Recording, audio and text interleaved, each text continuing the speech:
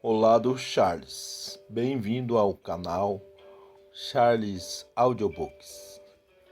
Hoje teremos uma amostra do livro Como Evitar Preocupações e Começar a Viver, do autor Dale Carnegie, autor com 50 milhões de livros vendidos. Nota: não se esqueçam de se inscrever no canal e ativar o sininho para receber em primeira mão todos os novos audiobooks. Muito obrigado. Como e por que este livro foi escrito? Em 1909, eu era um dos homens mais infelizes de Nova York. Ganhava a vida vendendo caminhões, mas não sabia como eles funcionavam. Na verdade, nem queria saber. Eu detestava meu trabalho, detestava morar no quarto ordinário e infestado de baratas que eu alugava já mobiliado na rua 56. Ainda lembro, eu deixava um monte de gravatas penduradas nas paredes e, de manhã, quando eu estendia a mão para pegar uma, as baratas saíam correndo em todas as direções. Eu detestava ter que comer em restaurantes vagabundos, que provavelmente também estavam infestados de baratas. À noite, voltava para meu quarto solitário com uma dor de cabeça nauseante, uma dor criada e alimentada por frustração, preocupação, amargura e revolta. Eu me revoltava porque os sonhos que tinha na época da faculdade havia se transformado em pesadelos. A vida era aquilo? Era aquela a aventura pela qual eu esperava tão ansiosamente? Seria assim dali em diante? Exercer um trabalho que eu detestava? Viver cercado de baratas? Comer mal? E não ter esperança de futuro? Eu ansiava por tempo livre para ler e para escrever os livros que queria. Eu sabia que não tinha muito a perder se desistisse daquele emprego que odiava. Não estava interessado em ganhar uma montanha de dinheiro, mas em ganhar um monte de vida. Em resumo, eu tinha chegado a um ponto sem volta. Aquele momento decisivo com o qual a maioria dos jovens se depara quando começa a vida adulta. Então tomei minha decisão, e esta decisão alterou completamente o meu futuro. O restante da minha vida foi feliz e gratificante, para além das minhas aspirações mais utópicas. Minha decisão foi esta: largar aquele trabalho. Como tinha passado 4 anos na faculdade estadual de professores em Warrensburg, no Missouri, preparando-me para lecionar, eu poderia dar aulas para adultos em escolas noturnas. Assim, teria os dias livres para ler livros, preparar palestras e escrever romances e contos. Eu queria viver para escrever e escrever para viver. Mas o que eu ensinaria para os adultos à noite? Ao olhar para trás e avaliar minha trajetória na faculdade, percebi que minha experiência em oratória tinha dito mais valor prático do que a soma de todas as disciplinas do curso superior. Por quê? Porque acabou com minha timidez e minha insegurança, e me deu coragem e autoconfiança para me relacionar com as pessoas. Também ficou claro para mim que, em geral, a liderança cabe àquele que consegue se levantar e dizer o que pensa. Candidatei-me a uma vaga de professor de oratória nos cursos de extensão noturnos das universidades Columbia e de Nova York, mas ambas me rejeitaram. Fiquei decepcionado na época, mas hoje em dia dou graças a Deus, pois comecei a dar aulas nos cursos noturnos do IMCA, Associação Cristã de Moços, onde eu precisava apresentar resultados concretos e rápidos. Foi um grande desafio. Aqueles adultos não iam às minhas aulas porque queriam créditos na faculdade ou prestígio social. Eles iam por uma única razão: queriam solucionar os seus problemas. Queriam se levantar e dizer algumas palavras em uma reunião de trabalho sem tremer de medo. Vendedores desejavam visitar um cliente difícil, sem precisar dar 3 voltas no quarteirão para tomar coragem. Todos queriam desenvolver equilíbrio e autoconfiança, queriam progredir na carreira, ter mais dinheiro para sua família. Eles pagavam o curso em parcelas e paravam de pagar quando não obtinham resultados.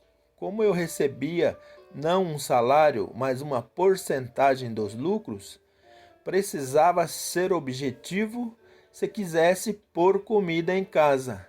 Na época, eu me sentia em certa desvantagem, mas hoje percebo que recebi um treinamento inestimável.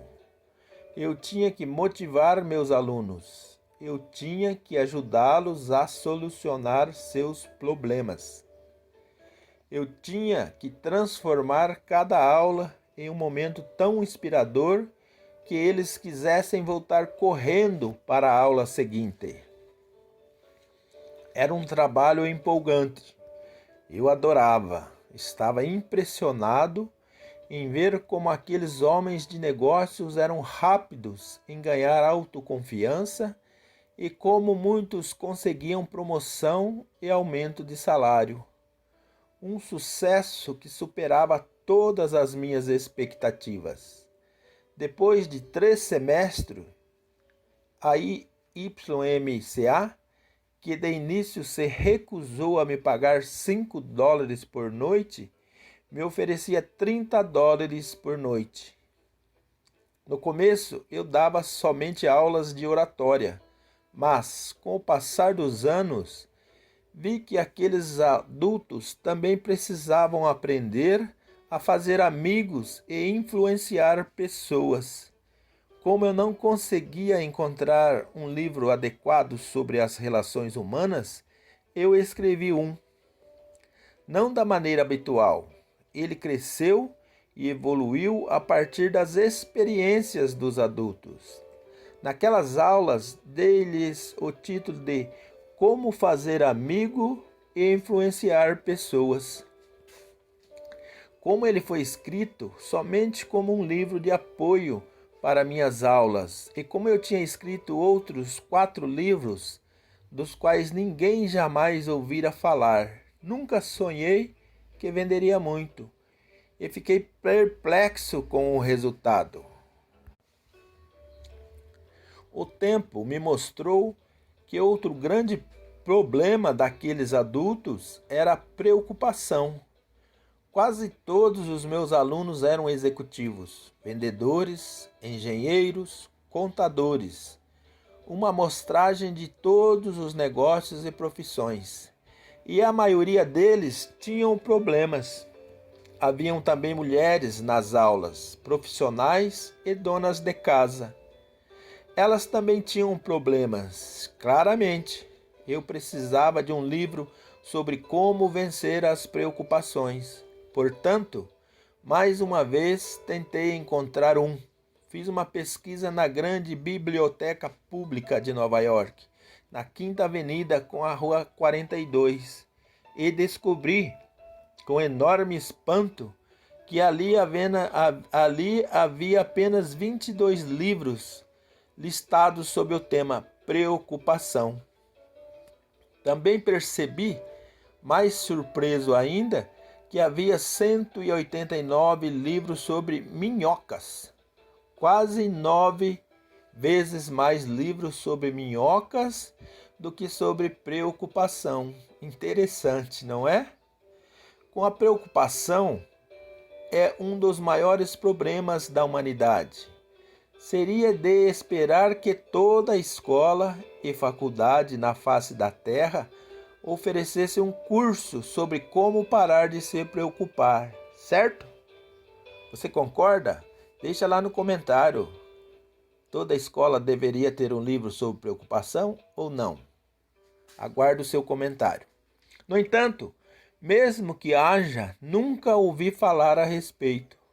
Não é de surpreender que David Sharbury tenha escrito em seu livro How to Always Successfully, Como se preocupar com sucesso. Chegamos à maturidade tão despreparado para as pressões da experiência quanto uma traça convidado a dançar balé. O resultado? Mais da metade dos leitos dos hospitais é ocupada por pessoas com problemas nervosos e emocionais. Folheei os 22 livros sobre preocupação que havia nas prateleiras da Biblioteca Pública de Nova York. Além disso, comprei todos os livros sobre preocupação que encontrei. Ainda assim, não consegui descobrir nenhum que pudesse usar como referência no meu curso. Portanto, resolvi escrever um. Comecei a me preparar para escrever este livro há 7 anos. Como? Lendo o que os filósofos de todas as eras disseram sobre preocupação.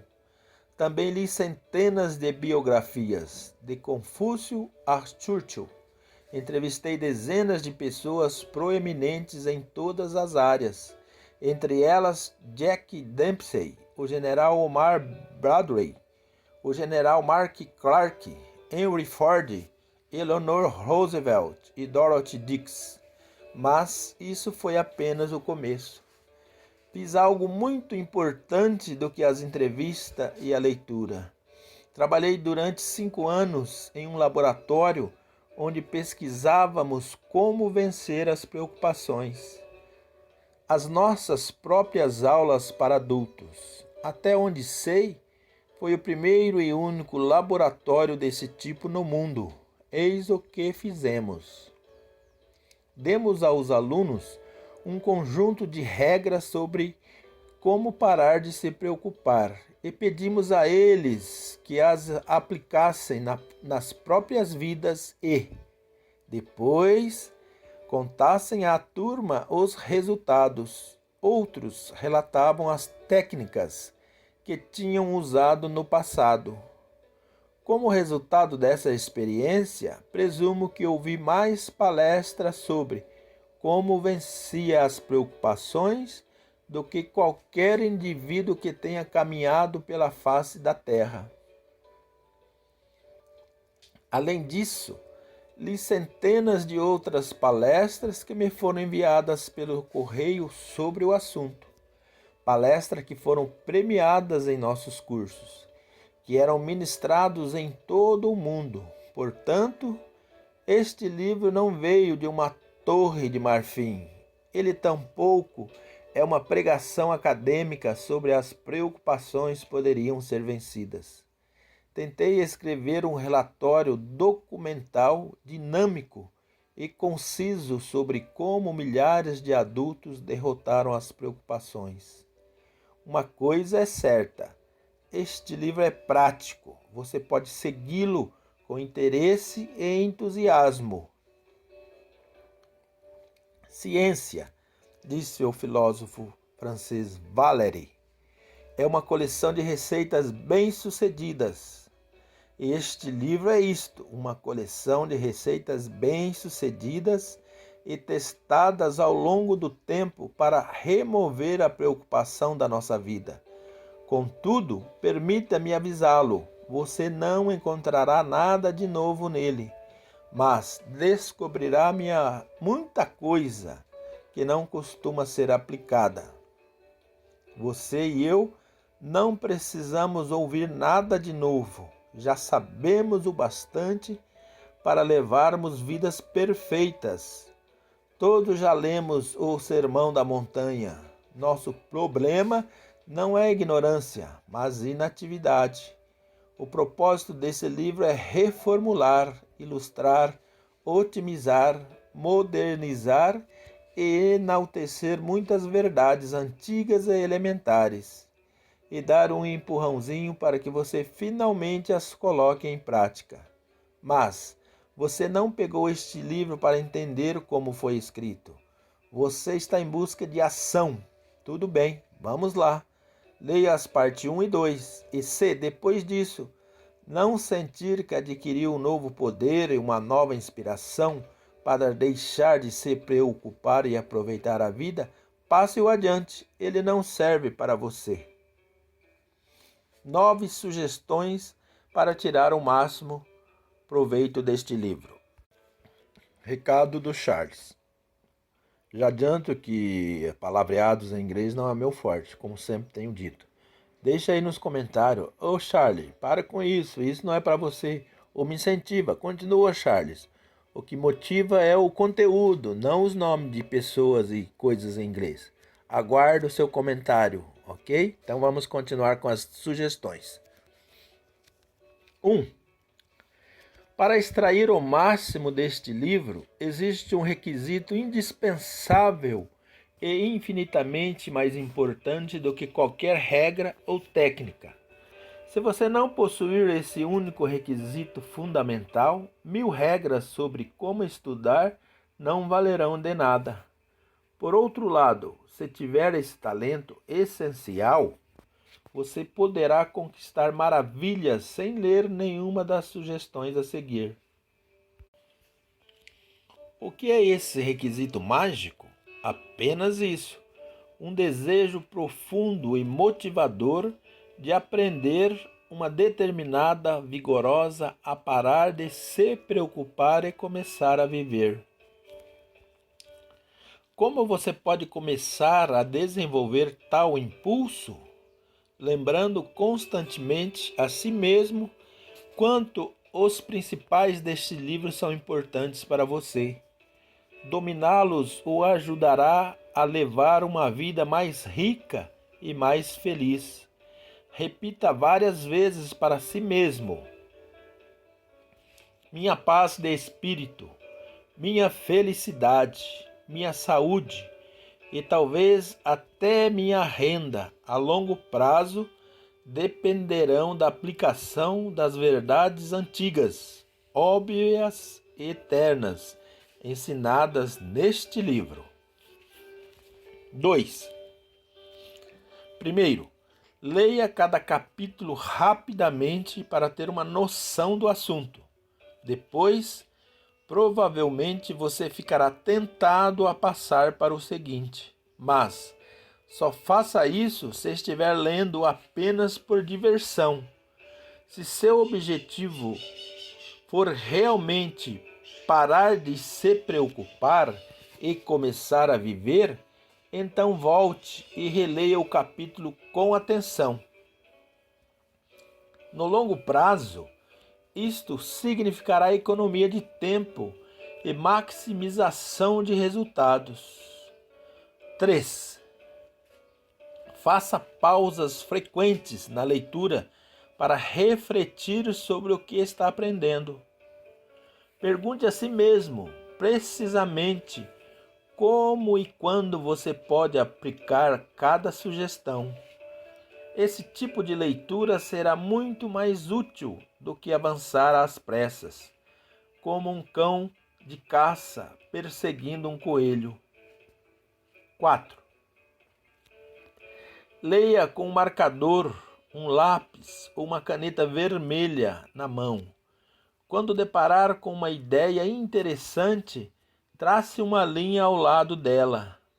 Se for uma sugestão muito relevante, sublinhe cada frase ou marque com um XXXX na margem da página.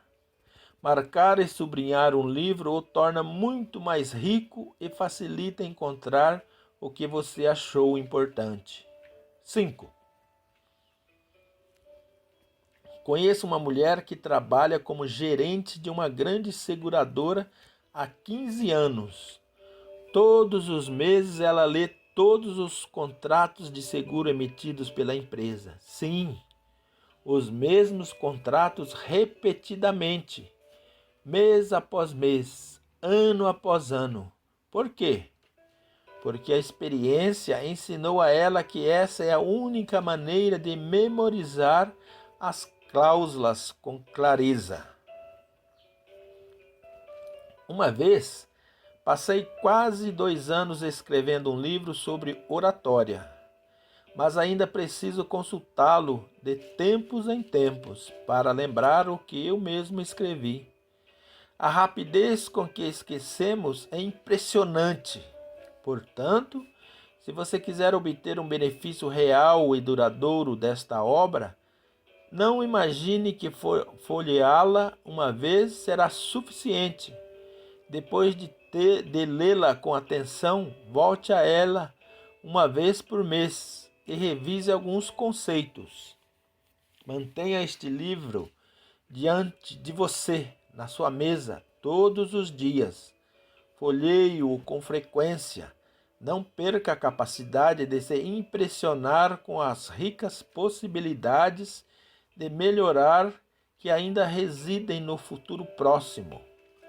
Lembre-se que o uso destes princípios só se tornará um hábito automático se você se dedicar com constância e vigor, revisitando-os e aplicando-os sempre. Não existe uma outra maneira. 6. Bernard Shaw disse: se você ensinar qualquer coisa a um homem, ele nunca aprenderá. Shaw estava certo. Aprender é um processo ativo. Aprendemos fazendo. Portanto, se você deseja dominar os princípios que está estudando neste livro, aplique-os em todas as oportunidades. Se não fizer isso, vai esquecer tudo num piscar de olhos. Somente o conhecimento que é utilizado permanente na mente. Talvez você ache difícil pôr estas sugestões em prática o tempo todo. Eu sei, pois escrevi este livro e mesmo assim acho difícil aplicar tudo que defendo aqui. Portanto, lendo-o, lembre-se de que você não está apenas tentando adquirir informação. Está tentando formar novos hábitos. Mais do que isso, está buscando uma nova maneira de viver. Isso exige tempo, persistência e prática diária. Portanto, consulte essas páginas com frequência. Considere este livro um manual prático sobre como vencer as preocupações e, quando estiver enfrentando algum problema difícil, não fique aflito. Não faça o que lhe parecer natural. Não haja por impulso.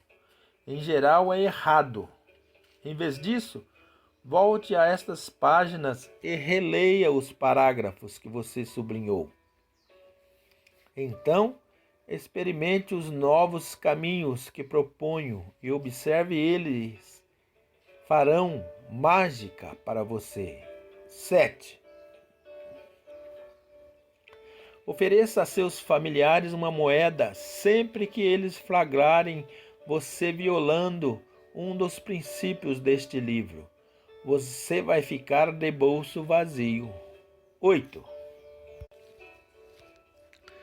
Por favor, vá para a página 220 e leia como H.P. Howell, o banqueiro de Wall Street, e o velho Benjamin Franklin corrigiam seus erros. Por que não usa as técnicas de Howell e de Franklin para avaliar suas aplicações dos princípios discutidos neste livro? haverá dois resultados. Primeiro, você estará comprometido com um processo educativo que é intrigante e de valor inestimável. Segundo, você descobrirá que sua capacidade de parar de se preocupar e começar a viver crescerá como uma árvore em solo fértil e espalhará suas sementes. 9. Mantenha um diário e registre nele seus triunfos na aplicação destes princípios. Seja específico, anote nomes, datas, resultados. Esse registro inspirará você a realizar esforços maiores. Daqui a alguns anos, quando voltar a ele, você verá como suas anotações foram fascinantes. Em resumo, 9 sugestões para tirar o máximo proveito deste livro. 1. Cultive um desejo profundo de dominar as regras para vencer preocupações. 2. Leia cada capítulo 2 vezes antes de seguir para o seguinte. 3. Faça pausas frequentes para refletir sobre como aplicar cada sugestão. 4. Sublinhe as ideias importantes. 5. Revise os conceitos deste livro todo mês. 6.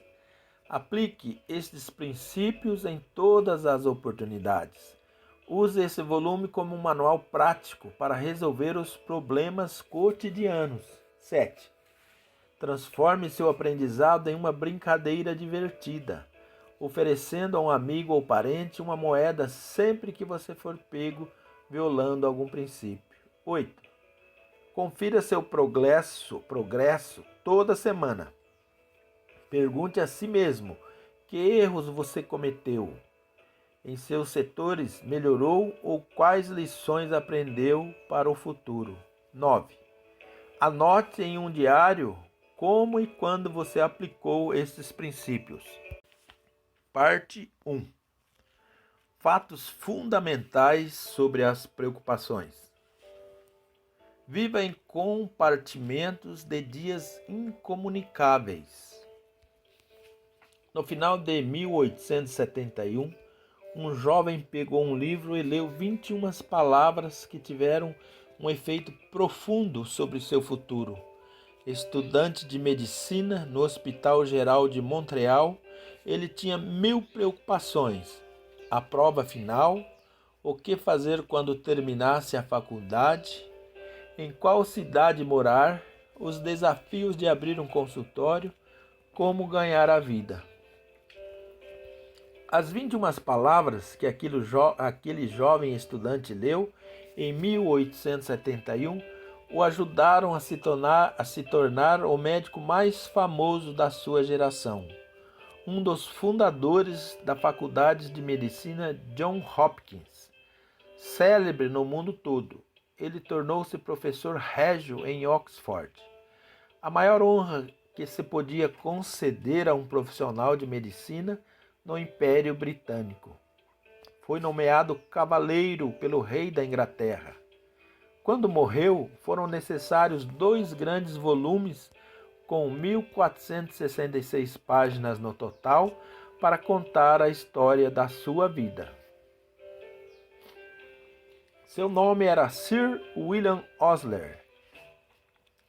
Estas são as 21 palavras que ele leu naquele ano. 21 palavras de Thomas Carlyle, que o ajudaram a levar uma vida livre de preocupações. Nossa principal função não é enxergar o que jaz vagamente à distância, e sim fazer o que está claramente à mão. Vou repetir. Nossa principal função não é enxergar o que jaz vagamente à distância, e sim fazer o que está claramente à mão. 42 anos depois, em uma noite suave de primavera, quando as tulipas floresciam no campus, este homem, Sir William Osler, fez um discurso para alunos da Universidade Yale. Disse-lhes que um homem como ele, que fora professor em 4 universidades e autor de um livro popular, supostamente tinha um cérebro de qualidade especial. Mas que aquilo não era verdade. Seus amigos íntimos, falou, sabiam que seu cérebro era do caráter mais medíocre. Qual era então o segredo do seu sucesso? Sir William explicou. Devia-se ao que ele chamava de viver em compartimento de dias incomunicáveis. O que queria dizer com aquilo? Alguns meses antes de falar em Yale, o ilustre médico atravessara o Atlântico a bordo de um grande navio de cruzeiro no qual o capitão, de pé na ponte de comando, apertava um botão e pronto. Começava o barulho ensurdecedor das máquinas e várias partes do navio eram imediatamente isoladas uma das outras em compartimentos incomunicáveis. Cada um de vocês, disse o Dr. Osler para os alunos de Yale, é uma organização muito mais maravilhosa do que o navio a destinasse a viagens muito mais longas. Insisto em que aprendam a controlar as máquinas de modo a viver em compartimento de dias incomunicáveis. Essa é a maneira mais correta de garantir a segurança durante a viagem. Subam a ponte de comando e observem que, enfim, as grandes anteparas estão em condições de funcionamento. Apertem um botão e ouçam, em todos os níveis das suas vidas, as portas de ferro isolando o passado, os dias de ontem que estão mortos. Apertem outro botão e isolem, com uma cortina de metal, o futuro, os amanhãs que ainda não nasceram. Então estarão seguros no hoje. Isolem o passado. Deixem que o passado morto enterre seus mortos. Isolem os dias de ontem, que iluminaram para os tolos o caminho rumo à morte empoeirada. O fardo de amanhã, somado ao de ontem, carregado hoje, faz os mais fortes fraquejarem. Isolem o futuro tão bem quanto o passado. O futuro é hoje. Não existe amanhã. O dia da salvação do homem é agora. Desperdício de energia, sofrimento mental e preocupações acompanham o homem que está ansioso quanto ao futuro. Isolem, portanto, as grandes anteparas da proa e da popa e preparem-se para cultivar o hábito de uma vida em compartimentos de dias incomunicáveis. Será que o Dr. Olsen queria dizer que não deveríamos fazer nenhum esforço para nos prepararmos para o amanhã? Não, de modo algum. Ele afirmou que a melhor maneira de se preparar para o futuro é concentrando toda a sua inteligência e todo o seu entusiasmo em executar maravilhosamente hoje, o trabalho de hoje. Essa é a única maneira de se preparar para o futuro. Sir William Osler recomendou aos alunos de Yale que começasse o dia com o Pai Nosso.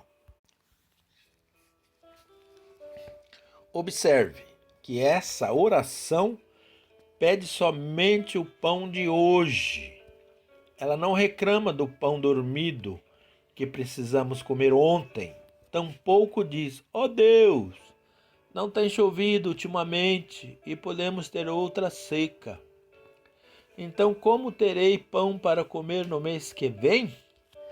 E se eu perder meu emprego, como conseguirei me alimentar do pão? O pão nosso nos ensina a pedir somente o pão de hoje.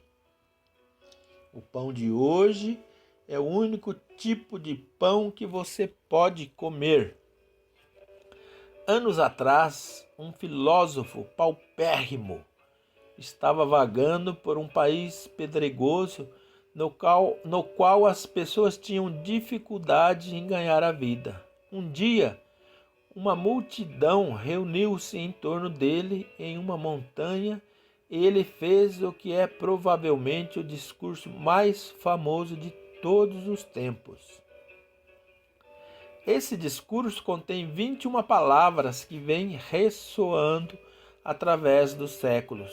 Portanto, não pensem no amanhã, pois o amanhã trará suas próprias preocupações. Basta cada dia o seu próprio mal. Muitos homens rejeitam essas palavras de Jesus. Não pensem no amanhã. Eles o fazem por achar que é um conselho irreal, carregado de misticismo. Eu preciso pensar no amanhã, argumentam. Preciso fazer um seguro para proteger minha família. Preciso guardar dinheiro para minha velhice. Preciso planejar e me preparar para seguir em frente. Sim, é claro que precisa. A verdade é que estas palavras de Jesus não significam hoje o que significavam na época do rei James, quando foram traduzidas há 300 anos. A palavra pensar, com frequência, queria dizer ansiedade. Versões modernas da Bíblia citam Jesus com mais precisão. Não fique ansioso com o amanhã. É claro, pense no amanhã. Sim, pense. Planeje e prepare com cuidado, mas sem ansiedade. Durante a Segunda Guerra Mundial, um dos nossos líderes militares planejavam para o amanhã, mas não podiam se dar ao luxo de sentir ansiedade. Fornecia aos melhores homens o melhor equipamento que temos, disse o almirante Ernest J. King, que comandava a Marinha dos Estados Unidos, e atribuí a ele o que me pareceu ser a missão mais sábia. Isso é tudo que posso fazer. Seu navio afundou, não posso fazê-lo de volta à tona.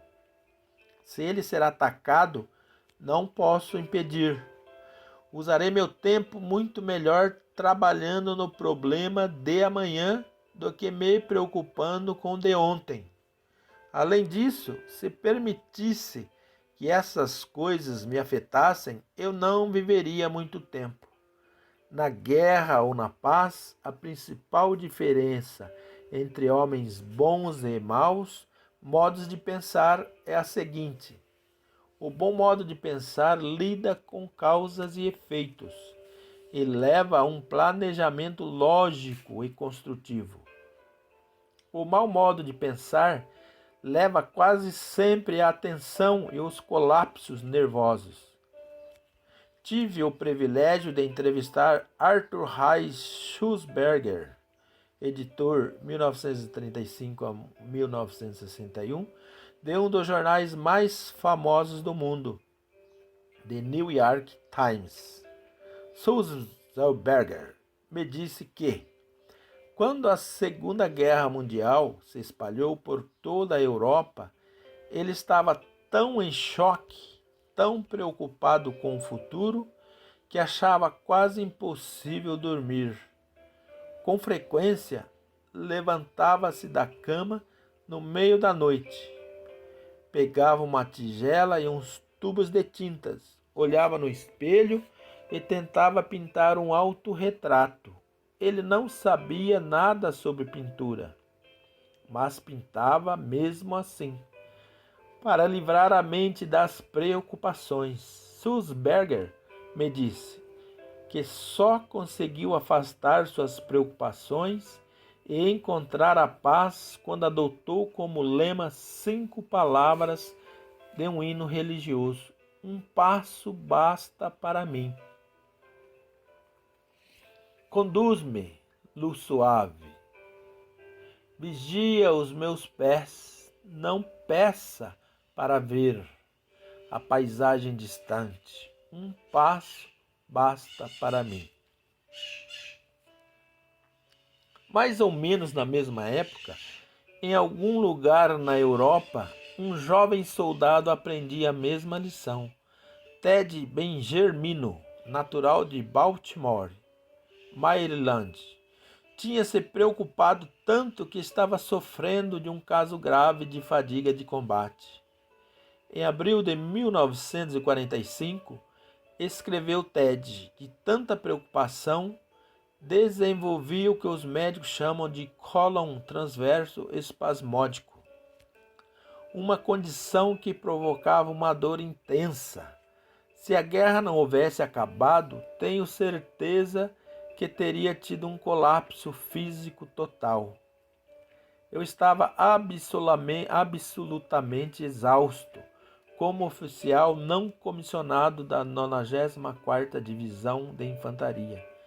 Meu trabalho era ajudar a organizar e manter registro de todos os homens mortos, desaparecidos em combates e hospitalizados. Também era minha função desenterrar os corpos, tanto de soldados aliados quanto dos inimigos, que haviam sido mortos e enterrados às pressas em covas rasas, no auge da batalha.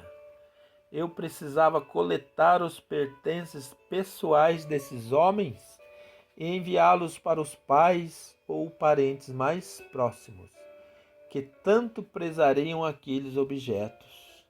Eu vivia preocupado, com medo de cometer erros constrangedores e graves.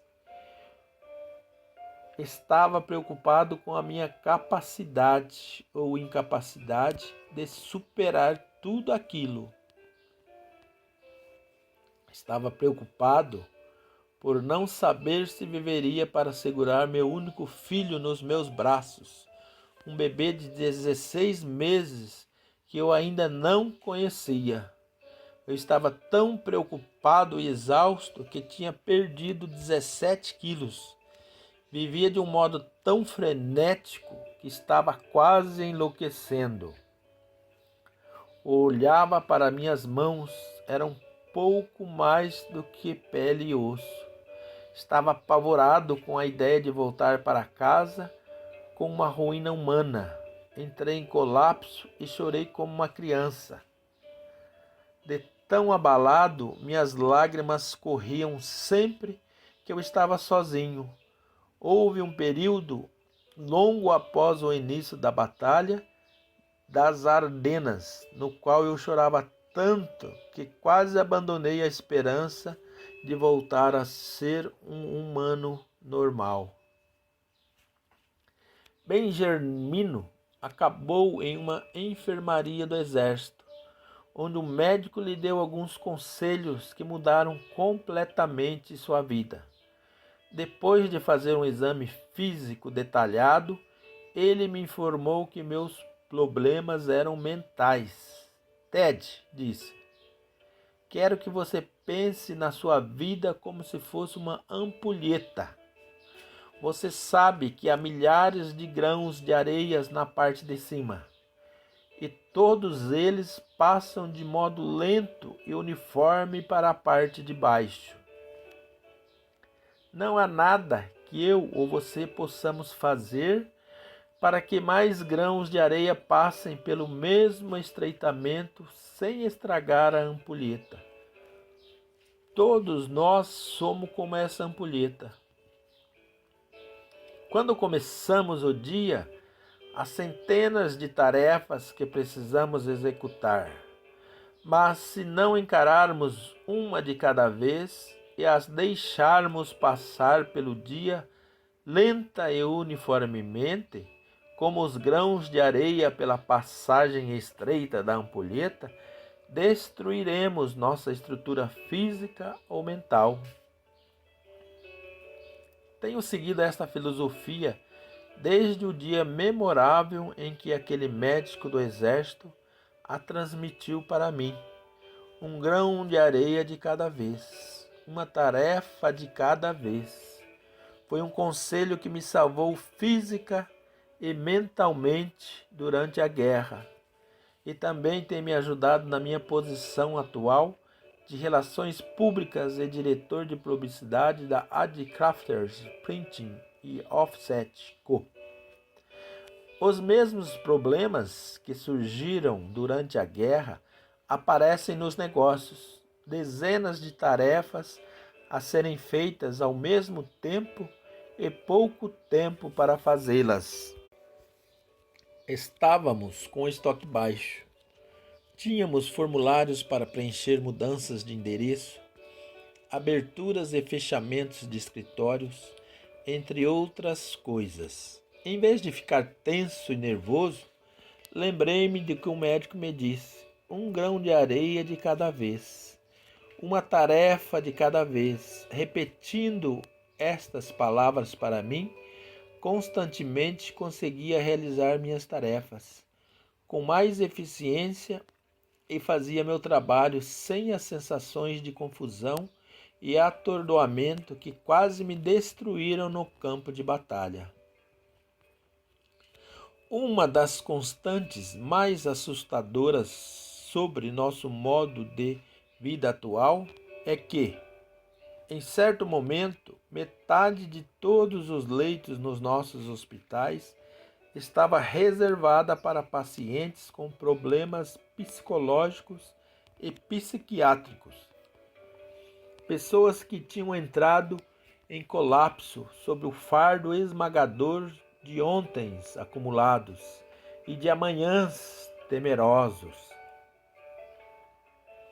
A maioria dessas pessoas poderia ter evitado a internação e levado vidas felizes e úteis se tivesse dado ouvido às palavras de Jesus. Não fiquem ansiosos com o amanhã, ou as palavras de Sir William Osler. Vivam em compartimentos de dias incomunicáveis. Neste exato momento, você e eu nos encontramos no ponto de interseção de duas eternidades. O vasto passado que existe desde sempre e o futuro que está mergulhando na última sílaba do tempo registrado.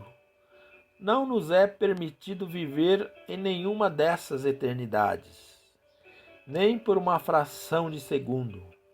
Ao tentar fazer isso, podemos devastar nosso corpo e nossa mente.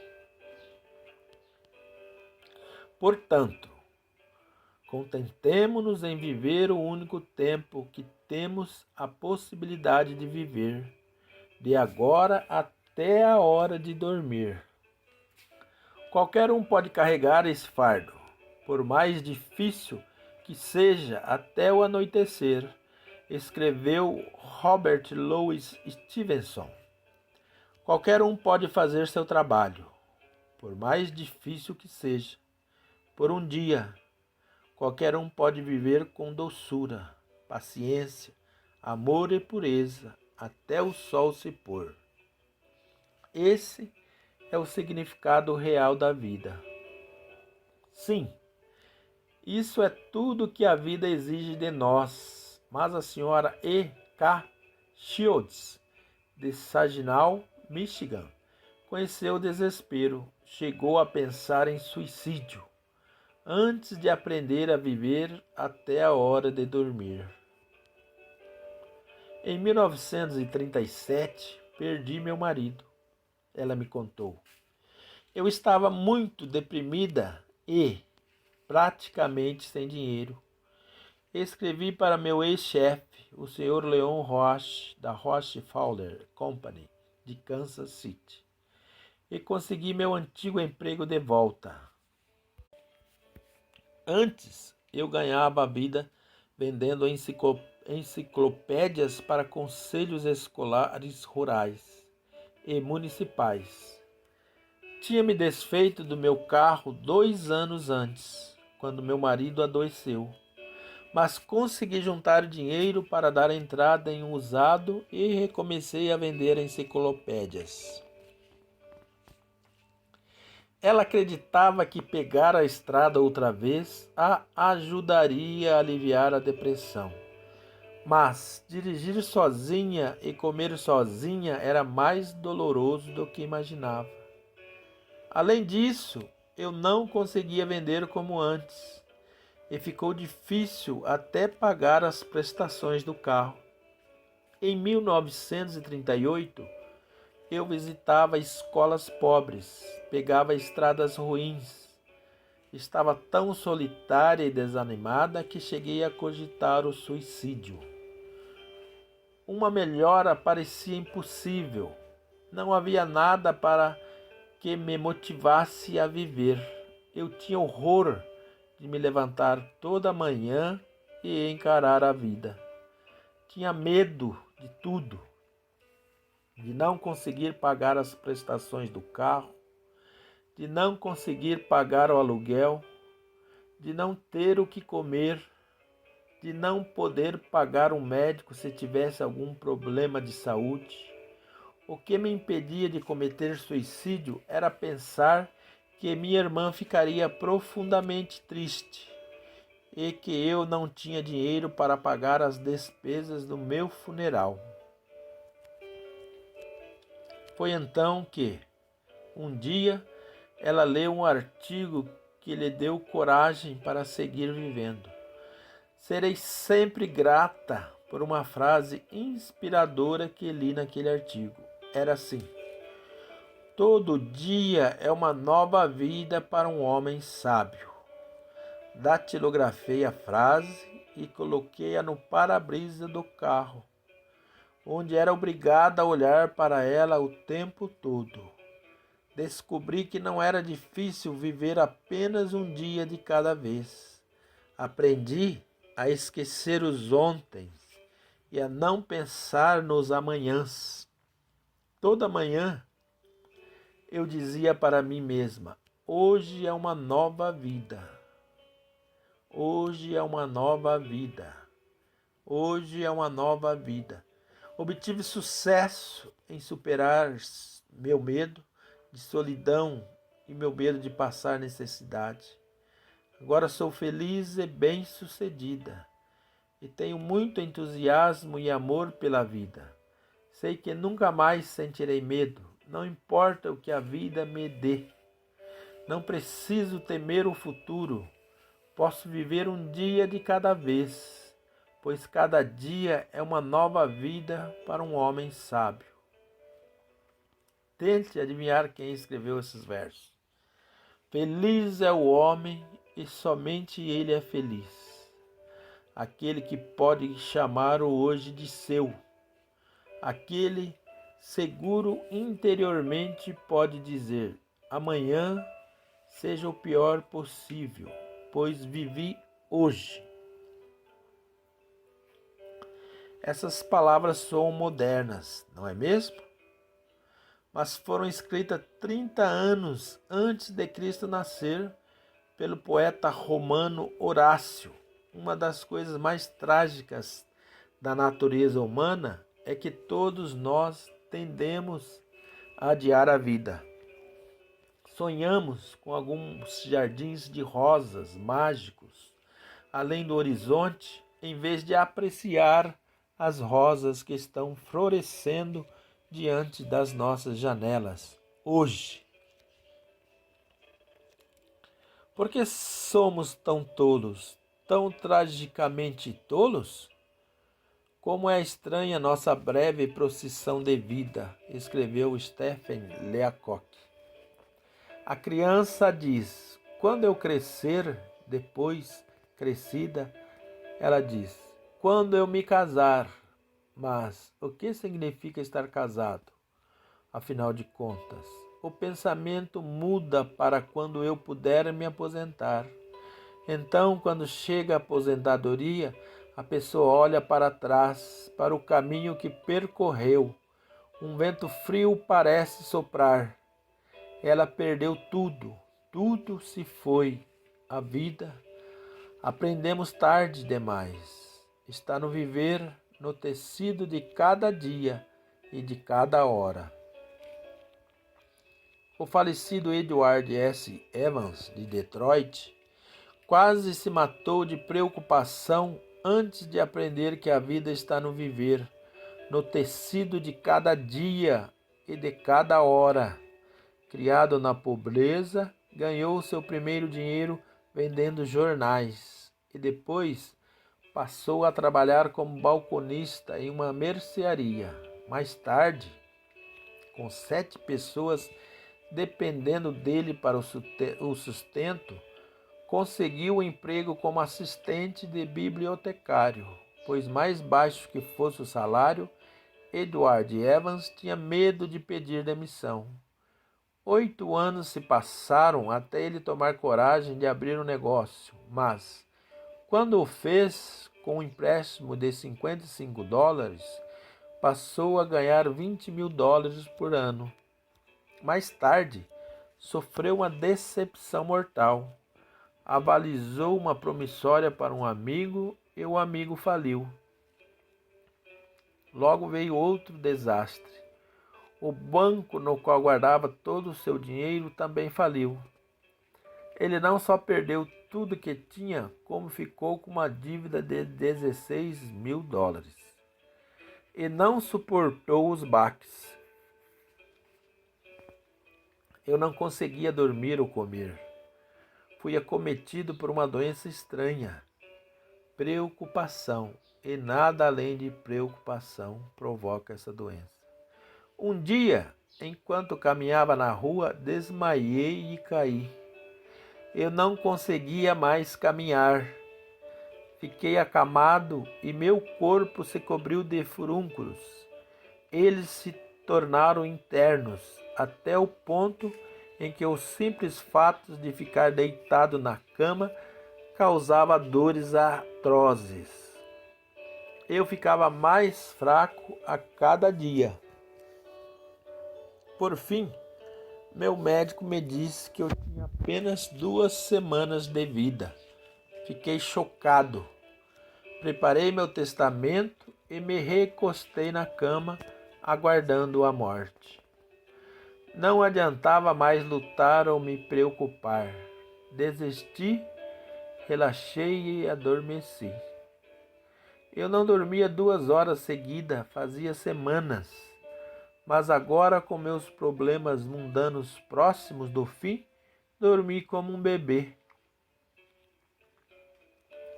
Meu cansaço exaustivo começou a aparecer. O apetite voltou, ganhei peso.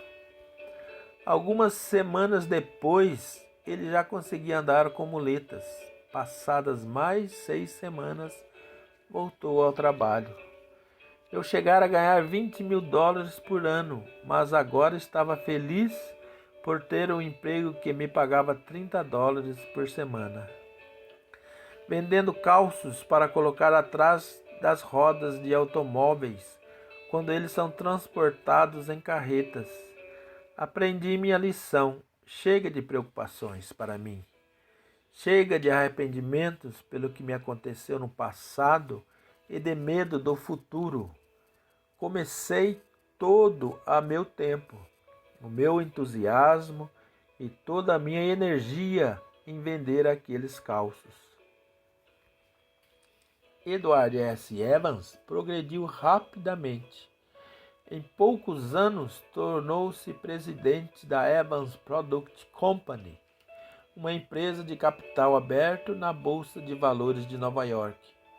Se você for à Groenlândia, poderá aterrissar no Evans Field, um aeroporto batizado em homenagem a ele. No entanto, Edward S. Evans jamais teria conquistado tais vitórias se não tivesse aprendido a viver em compartimentos de dias incomunicáveis. Você deve se lembrar do que a Rainha Branca disse para Alice. A regra é esta: geleia amanhã e geleia ontem, mas nunca geleia hoje. A maioria de nós vive assim, aflita com a geleia de ontem e preocupado com a de amanhã, em vez de passar agora um monte de geleia de hoje no pão. Até Montaigne, o grande filósofo francês, cometeu esse erro. Ele disse: minha vida foi cheia de desgraças terríveis, a maioria das quais nunca ocorreu, assim como a minha e a sua. Pense, disse Dantes, que este dia nunca amanhecerá outra vez. A vida está escapando a uma velocidade incrível. Estamos disparando pelo espaço a 30 quilômetros por segundo. Hoje é o nosso bem mais precioso, é nosso único bem verdadeiro. Essa é a filosofia da Lowell Thomas. Certa vez, passei um final de semana na fazenda dele e reparei nestas palavras de Salmo 68, emolduradas e penduradas na parede do seu estúdio de rádio amador, onde ele as via com frequência. Este é o dia que o Senhor fez. Regozijemo-nos e sejamos felizes nele. O escritor John Ruskin tinha sobre a sua escrivaninha um simples pedaço de pedra, na qual havia uma única palavra entalhada. Hoje, embora eu não tenha um objeto assim sobre a minha mesa de trabalho, colei um poema no espelho do banheiro e toda manhã, quando faço a barba, eu o releio. Trata-se de um poema que Sir William Osler mantinha em sua escrivaninha, escrito pelo famoso dramaturgo indiano Kalidasa. Saudação ao amanhecer. Olhe este dia. Por sua vida, a própria vida da vida. Em seu breve curso jazem todas as verdades e realidades da sua existência, o êxtase do crescimento, a glória da ação, o esplendor da beleza, pois ontem é apenas um sonho e o amanhã é somente uma visão. Mas o hoje bem vivido faz de cada ontem um sonho de felicidade e de cada manhã uma visão de esperança. Olhe bem, portanto, este dia. Assim é a saudação do amanhecer. Portanto, a primeira coisa que você deve saber sobre preocupação é isso. Se quer mantê-la fora da sua vida, faça como Sir William Osler. Feche as portas de ferro para o passado e para o futuro. Viva em compartimento de dias incomunicáveis. Por que não faz a si mesmo estas perguntas e anotas as respostas? 1. Minha tendência é adiar viver no presente para me preocupar com o futuro ou cobiçar algum jardim de rosas mágico além do horizonte? 2. Às vezes torno o presente amargo ao me arrepender de acontecimentos do passado que estão encerrados e resolvidos? 3. Acordo pela manhã determinado a aproveitar o dia, a obter o máximo dessas 24 horas? 4. Posso obter mais da vida vivendo em compartimentos de dias incomunicáveis? 5. Quando devo começar a fazer isso? Semana que vem? Amanhã? Hoje? Agora? Já? Fim da amostra. Se você gostou, compartilhe para chegar a mais pessoas. Muitas pessoas precisam sanar a preocupação. E vou deixar na descrição do vídeo o link para uma compra segura deste livro abençoado. Dê uma olhadinha nesse link, pois é uma compra segura na Amazon. Procure comparar os preços, você vai ver que é bem atrativo. Agradeço, muito obrigado. E fique com Deus, Deus os abençoe. E até o próximo audiolivro, Charles Audiobook.